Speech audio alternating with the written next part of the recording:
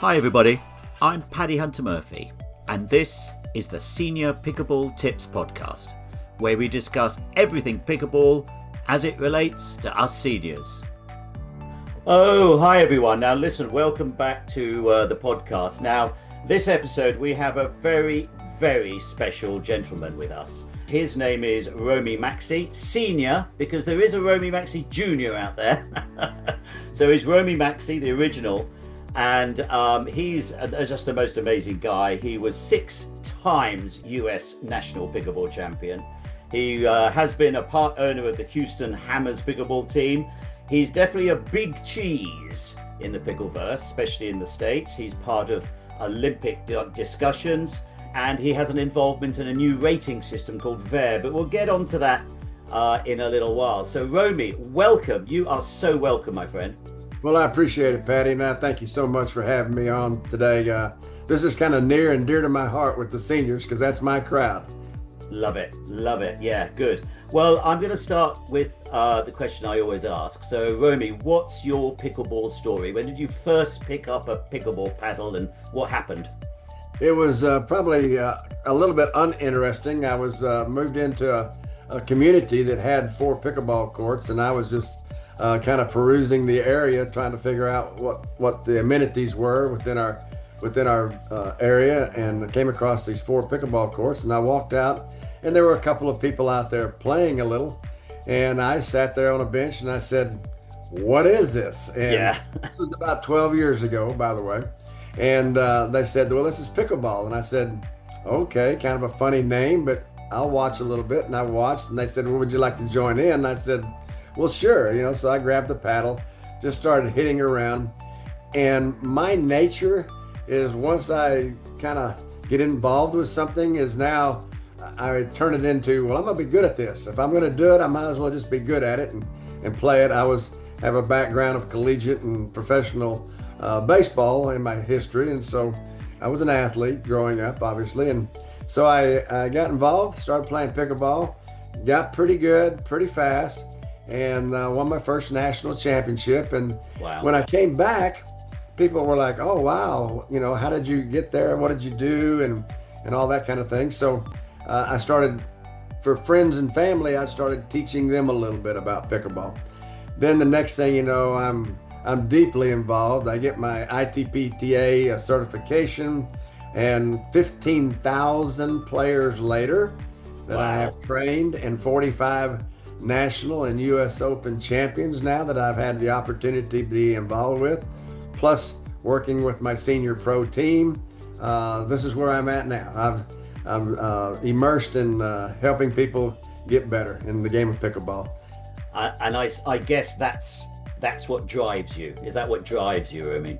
Yes, for sure. And what drives me now, because I've had my successes on the court, but I spend a lot of time wanting to help others, and I love helping the young people and the youth and the college players and quite frankly everybody. But again, going back to my original statement that the senior crowd is still my favorite because that's closest to my heart.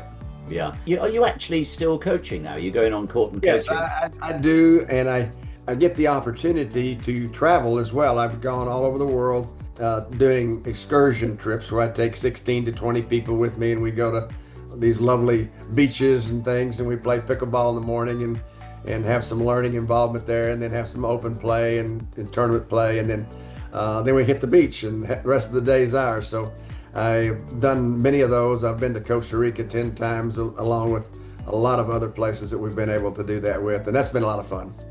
Wow, that's amazing. So you are a member of the Senior Pickleball Tips Facebook group. That's how I first that's how we first sort of connected, wasn't it? Yes, sir. And you've done an amazing job pulling together your Senior Pickleball Tips group with 150,000 followers now, and that's exceptional. And I pat you on the back for that. Well, that's very kind of you. Right, let me ask you a little bit about senior pickleball and the future of senior pickleball. There's many things I love about the sport, and one of them is how it takes seniors seriously. There is a 50 plus section in many tournaments, and in the big tournaments, there's 5-year cohorts. For example, I'm in the 65 plus cohort, and it keeps us competitive. And I think it's a wonderful thing about pickleball, how seniors is so important.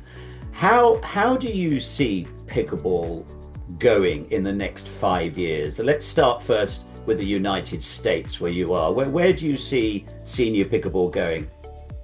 The senior pickleball crowd, I actually see growing and expanding, and simply just the numbers that are involved. The average age now of pickleball players is, I think, 33.8 years of age. Well, because of the number of players that have come into the game, and we've grown from 2 million to 40 million, whatever that number is, so just by that alone, we can anticipate every year there's going to be more seniors, turn 50. If we use 50 as that number for senior, then we're going to just keep growing, because we've got all of these young people coming in. Youth, college is just expansive. And so senior pickleball is just going to continue to grow. I think you can play the game literally as long as you can still get on the court and hold a paddle and move around. Yeah, I mean, just something a little bit from left field. I was talking to a mum the other day, just locally where I am in Red Hill, Surrey, here in the UK. And her boy was on the tennis court, and he was about 12 or 13 or 14 hitting tennis balls, and he has been for the last 3 or 4 years. And she's saying he wants to move into pickle. He just prefers the pickle, and he wants to move into pickle. And she was a little reticent, and I said, kind of let him move into pickle. There's more opportunities in pickle, because it's such a new and growing sport. Are you seeing that kind of thing happening with the youngsters? Absolutely. I use the analogy many times where, a person's not big enough to play football, not tall enough to play basketball, doesn't run fast enough maybe to run track, maybe, all these, can't hit a golf ball straight, all of these factors, but yet you can put that child that still has some athleticism and has some hand-eye coordination, and they can learn how to play pickleball and be pretty successful. I mean, I have a large family, and we go out and have our family reunions, and everybody in the family, 23 of us, we all know how to play pickleball, and it's from 7 years of age to, I'm the oldest patriarch. But the point is we all play, and we play together. So I think the game itself is lending itself to the youth, and an opportunity for them to maybe even have a sport, even if they weren't athletes in other sports. They have something now that they can play and have fun doing. Yeah, and we all know, we don't need to go through it again, but we all know the benefits of this sport for everyone, especially seniors, and these medical reports coming out, it makes us live 10 years longer. So that's all good stuff, isn't it? Oh, yeah.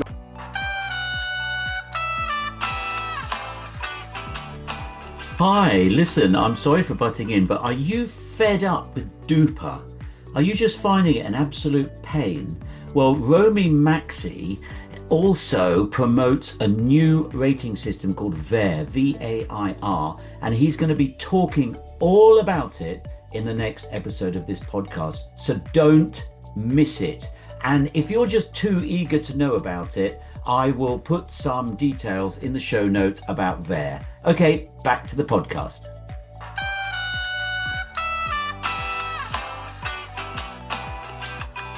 And the USSP organization here in the United States that does the 50 and over, it's growing, and we see, I know that I'm speaking at Kansas City here this month and at PickleCon, and I noticed they have a USSP tournament there, and it already has 130 in it, and it's still 3 weeks away, so it's going to be a very large tournament before it's over, and I think that's great. That just again expands the senior presence. Yeah, we've had a few people from USSP on the podcast, and we're very close to them, and so that is absolutely fabulous. They're a great organization.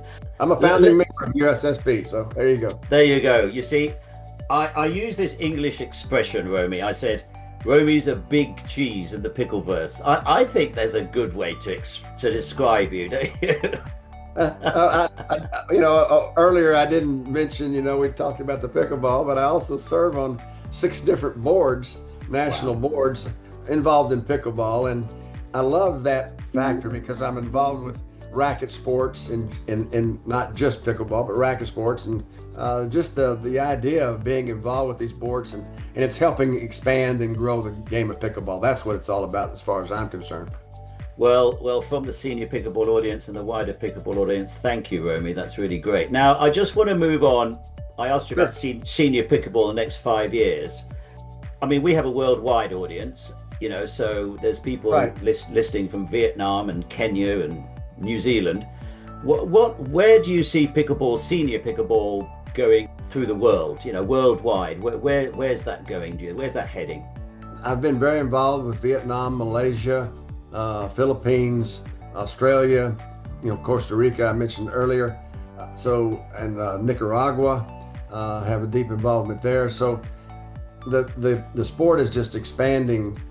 Vietnam has a tournament not every weekend, almost every day. China is coming in heavy. I mean, with 250 million badminton players, that's just a staggering number to think of, but it's true. And so those people are now kind of, okay, I don't know if people realize this, but the same size court, badminton is the same size court as a pickleball court. As a matter of fact, I've played on badminton courts and put nets out there, and played. So with that expansion, they're starting to come over. I mean, it's just, the worldwide growth is just phenomenal. I mean, it's really quite staggering, the number of people that are starting to play worldwide. And of course, in the UK is growing. So, hey, it's everywhere. Yeah, absolutely. I've been doing these podcasts for about a year and a half. And I think I said something very rash around about the third podcast. And I said that both world champions will be Asian within 3 years. So I don't know if that'll come true, but I've got about another year and a half to see. Well, they're racket and paddle countries. We identify them a little bit that way because that's their sport. And I don't disagree with what the statement, because I think we're going to see some great players come from those countries. And so when we do have the true world competition, I think it's going to be a war. We might have been first in the U.S., but that doesn't mean we're going to be last. That's true. As far as who's standing in a world competition. Yeah, and I always travel to Southeast Asia every year. So I've played in Thailand, Vietnam, Philippines, Malaysia, and a couple of others, and it's just incredible. Just the growth is amazing. Let's just touch on the Olympics. We touch on this a little bit with guests sometimes. Have you any idea when pickleball might come in the Olympics? I suppose it has to be a demonstration sport first. I think there's a realistic shot in 32 to have the Olympics there. Because obviously the decision's already been made for 28.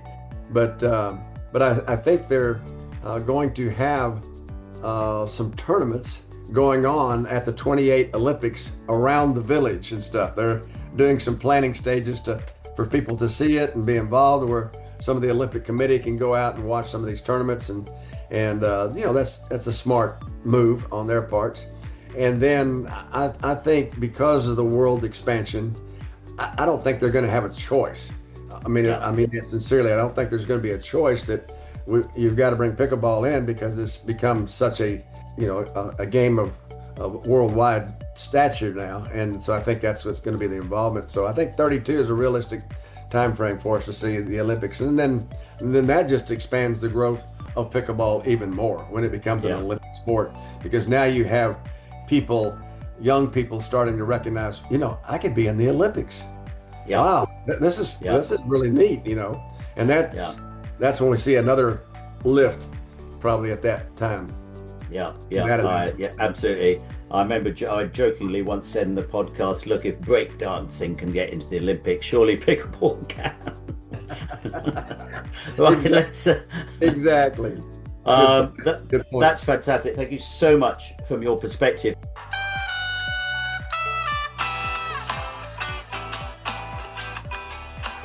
Quick message. We've just launched something completely free for senior pickleball players. As many of you know, my brother Terry and I run the Senior Pickleball Tips Facebook group, now with over 140,000 members from 63 countries. I know, it's crazy. And we are in the process of building the new Senior Pickleball Academy. Inside, you'll learn in different ways. You can watch coaching videos, listen to podcasts, try the drills, and join live group webinars. We're also creating 4 levels: new beginners, advanced beginners, low intermediates, and high intermediates, each with its own content, so you can improve step by step. And the best part, it's free to join. Just click the link in the show notes and let's build the world's best senior pickleball community together. Okay, now let's get back to the podcast.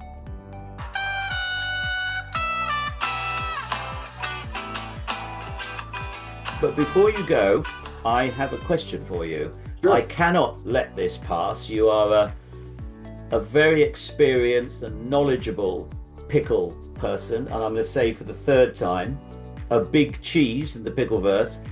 So for senior pickleball players, what would be your 3 top tips, Rommie?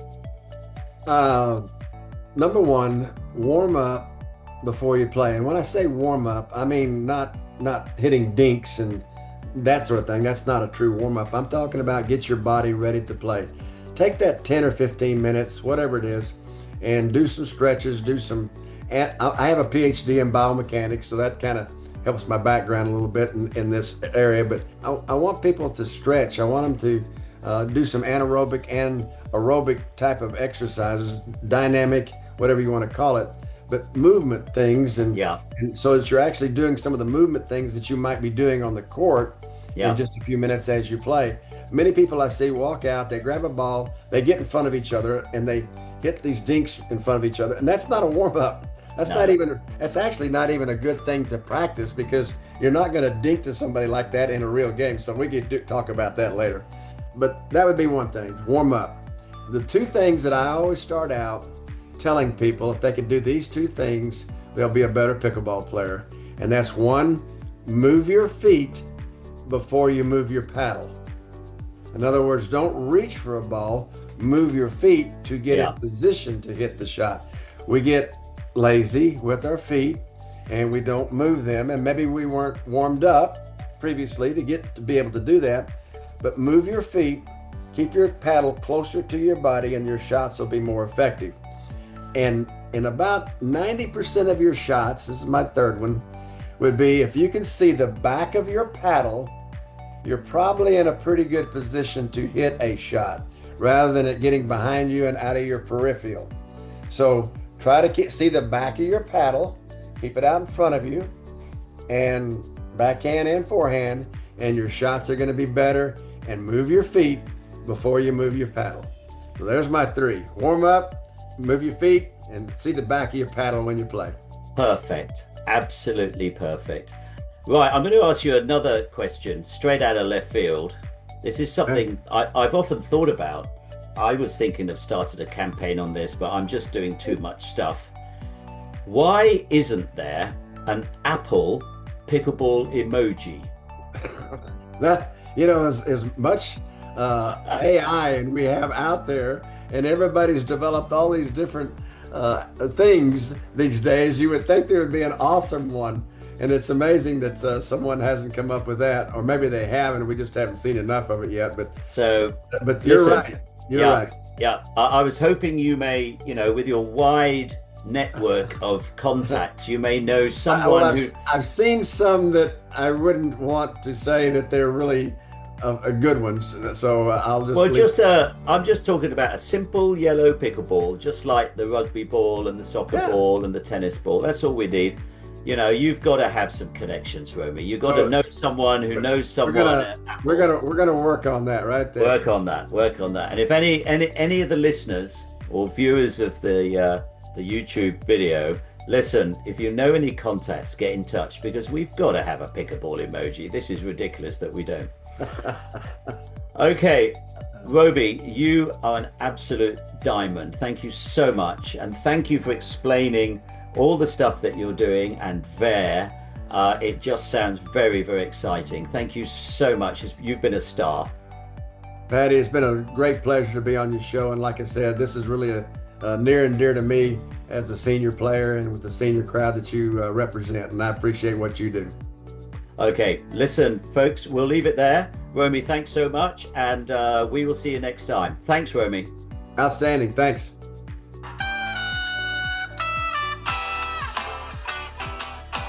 Hopefully, you don't want to miss an episode. So please find us on Spotify, iTunes, YouTube, or Amazon. Actually, you could even just ask Alexa. But also remember, we've got the Facebook group that is now running at over 150,000 members. And we have the new Senior Pickleball Academy, which is free. So please find the link in the show notes and join. And we really look forward to seeing you there. Okay, you take care. Bye for now.